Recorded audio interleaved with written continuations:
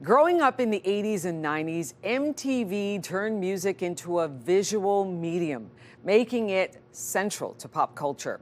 It broke artists globally, helping music cross borders faster than radio ever could. We'll be doing for TV what FM did for radio, and let's get into it right now at MTV.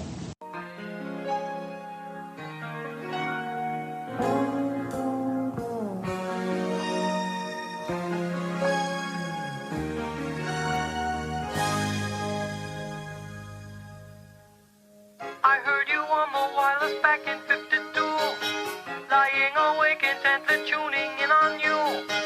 If I was young, it didn't stop you coming through. Oh, I remember it well. After 44 years, MTV's remaining 24-hour music channels will shut down globally, closing a chapter that's been open since the early days of cable television. Here to highlight some of the iconic moments is music commentator Eric Alper. Good morning to you, Eric. Good morning. Always good to see you, Rosie. Always great to see you too. Eric, it's the end of an era. That's it. I mean, look, it's kind of sad, but It's not like that there's a huge open space for people not to get their music videos. Certainly YouTube is one of the biggest, online sites. And as of last week, Spotify started putting videos on their platform as well. So in case if you wanted to see Michael Jackson's Thriller on demand, you'll always have a place for that. Okay, so we're talking Spotify and YouTube, but let's take it back to MTV. What made it so iconic? What made it that place, that space that you and I would go to get that culture and that music? One of the biggest things that MTV did was it gave people a way in to watching some of their favorite artists or new artists that they've never heard of for the very first time. People have to remember that if you wanted to see what somebody actually looked like, you had to wait for maybe a photograph to come in a local newspaper or Rolling Stone magazine or one of the very couple of magazines that were out there. But this gave artists another way to express themselves, not only musically, but also in terms of fashion, in terms of holding and molding their image of storytelling of the song. So it gave artists just a whole other batch of ways to be able to show who they are and what they're all about. And for fans, it was just a way to kind of follow their favorite artists. Yeah. Eric, can you talk about the social and cultural impact of MTV at the time? When you are growing up in a small town, especially in America, where you might be a little bit on the outsider, you might be fringe, you might love a certain kind of music, you might be different, MTV was your gateway to letting you know that you were not alone.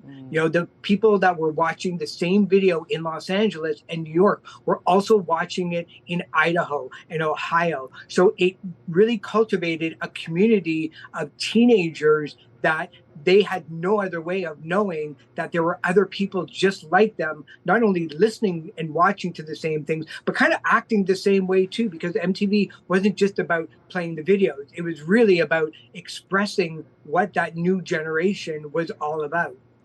Eric, we've got some video here, so I want you to list, first off, some iconic moments at MTV. And what's your first video that you want to throw to? Yeah, what was interesting is at the top when you played video "Kill the Radio Star" by the Bugle, that was a statement. Yeah. But the second video was "You Better Run" by Pat Benatar. That was the sly dig to the record label that you better figure out what we are all about. But I love that. You got to go with Michael Jackson's Thriller, though. I mean, what a phenomenal video that was. It was the 7th single off of Michael Jackson's Thriller album. It had already sold 32 million copies, and the record label said, "No, Michael, you're done with this album. No more video." So Michael did a backroom deal with MTV to fund the $1 million cost for the video. That's why MTV played it so often, was because they had paid for it and they wanted to get their money back, especially when this video was about 17 minutes long. So you've got it, Michael Jackson Thriller. I mean, Did Michael Jackson make MTV or did MTV make Michael Jackson? I think a little bit of both. Absolutely. I remember the anticipation, the build-up to Thriller was simply astounding. Oh, there's no place on the planet now where you can sit a bunch of teenagers down for 17 minutes and watch something in full. And Michael Jackson was able to do that with this video. Just look at him. Just look at her. It's amazing. I know. Amazing. Okay, we're going to throw to a next video, and then it will come out on the back end and talk about it. Let's throw to Madonna.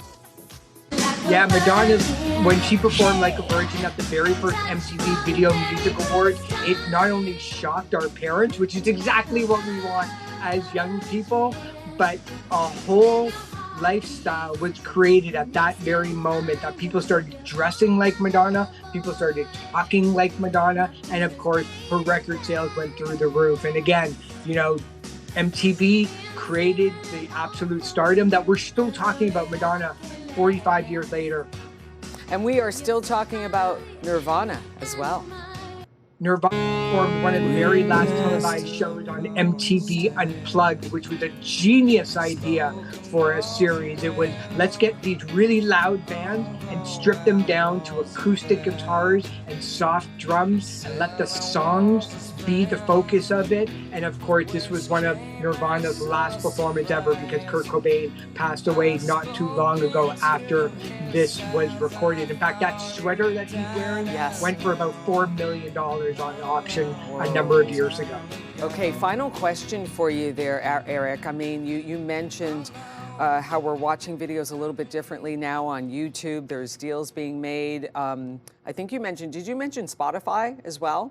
Spotify started putting videos up on their platform. So how is it changing now how we're absorbing and consuming music videos to the days of MTV? With MTV and especially with Much Music here in Canada, we actually let the gatekeepers decide for us what we were going to watch, when we were going to watch, and how many times you were going to be able to see it.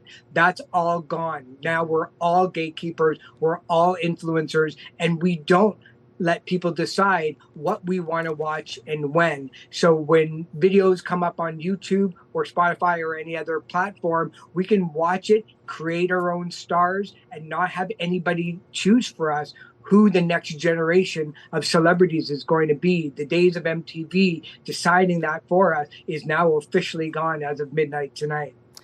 You know what else is gone officially as of midnight tonight, Eric Alper? 2025. Woohoo! Look at all of this. I know. Despite everything, Rosie, you and I and the audience have made it through another year. There you go. Happy New Year to you. Eric Alper, music commentator, thank you so much for coming on today. Thank you so much for having me.